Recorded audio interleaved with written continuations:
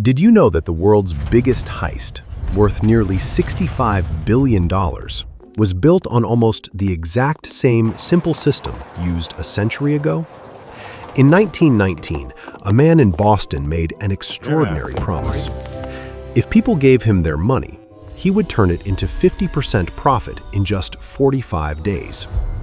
Most people thought it sounded impossible. And yet, people still lined up outside his office. Within a few months, thousands trusted him with their savings.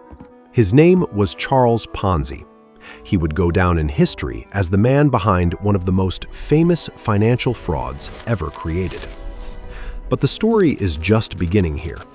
Nearly 90 years later, in New York, another man applied the same idea, on a scale the world had never seen. He never promised 50% returns. In fact, he promised almost nothing.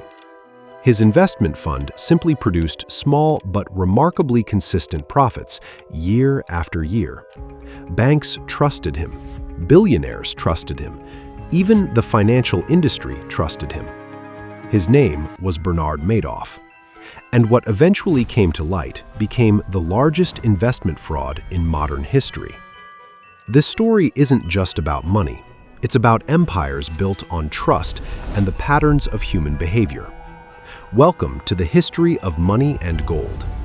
If you can open your phone right now and buy stocks with a single tap without paying a commission, you can thank Bernie Madoff, history's biggest con man. Madoff wasn't some street thief. He was the founding chairman of NASDAQ, the world's largest electronic stock exchange.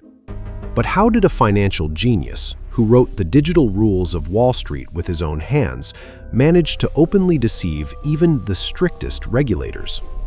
The answer was hidden on the secret 17th floor of Manhattan's Lipstick Building, inside an old IBM computer, and in a devilish font trick. Let's start from the beginning, with how the system was hacked. In the 1920s, Charles Ponzi claimed he could make risk-free profits, arbitrage, by buying postal coupons, IRCs, cheaply in Europe and selling them at a higher price in the US. The story sounded so logical that everyone believed it. But in reality, Ponzi never bought any coupons. He simply used the money from new investors to pay returns to the earlier ones. He had learned this system from the owner of a bankrupt bank called Banco Zerosi, where he had worked in Canada. Ponzi's scheme lasted only a few months.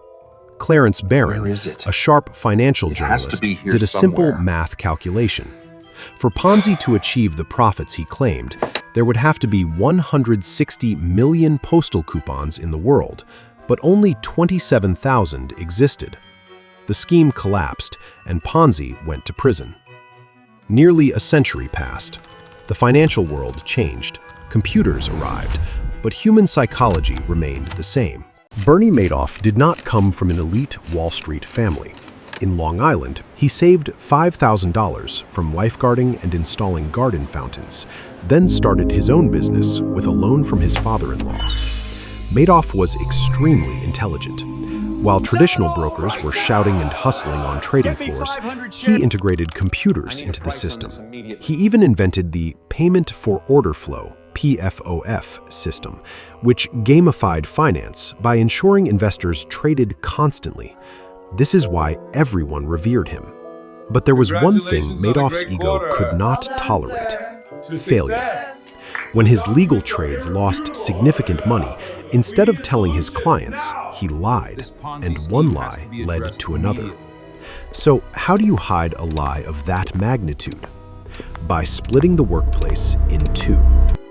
The 18th and 19th floors of Madoff's office were filled with state-of-the-art computers, a transparent, fully legal, respectable trading center. But if you took the elevator to the secret 17th floor, things changed. This was a dark room where Madoff's computer boys, programmers Jerome O'Hara and George Perez, worked. The system Inside stood a massive old IBM/400 server from the 1980s. Maintain that output. Madoff told people he was investing using a highly complex strategy called the split strike conversion, which no one could understand. This way, nobody dared to question him. But in reality, there was no strategy. New money simply flowed into a Chase Manhattan bank account numbered 703 and was distributed from there. What about the regulators? Didn't the US government, SEC, check on him? They did, 5 times, but each time they returned empty-handed.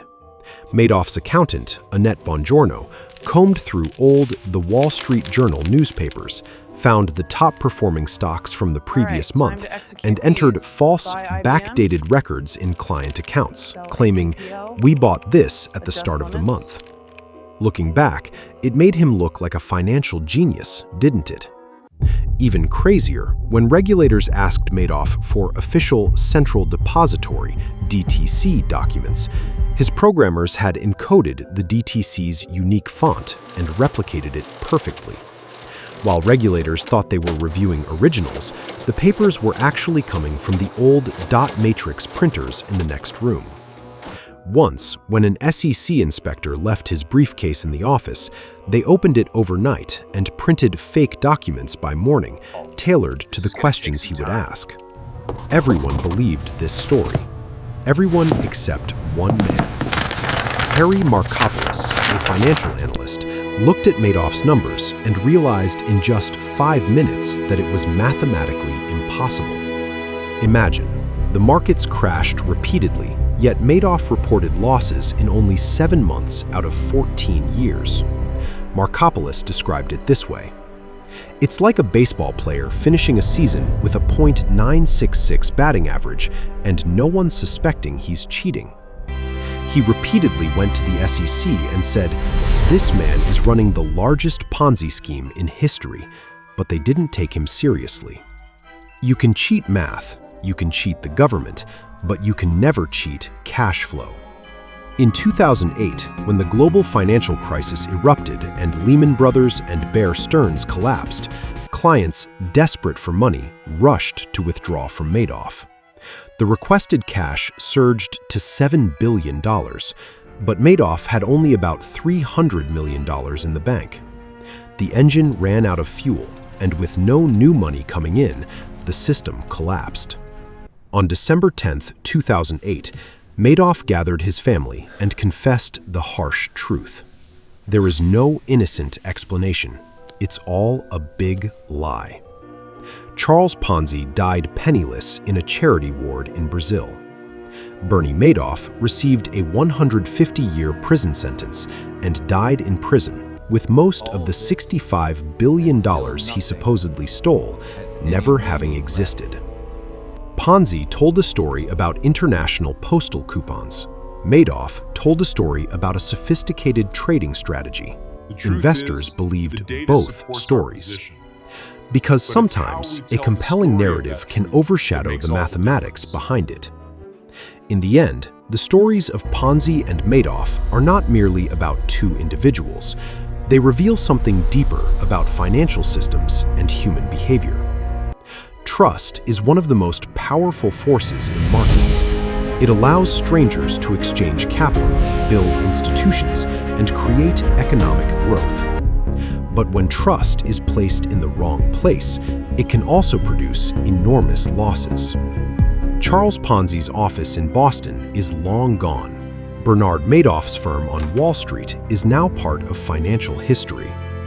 Yet the lesson remains remarkably clear.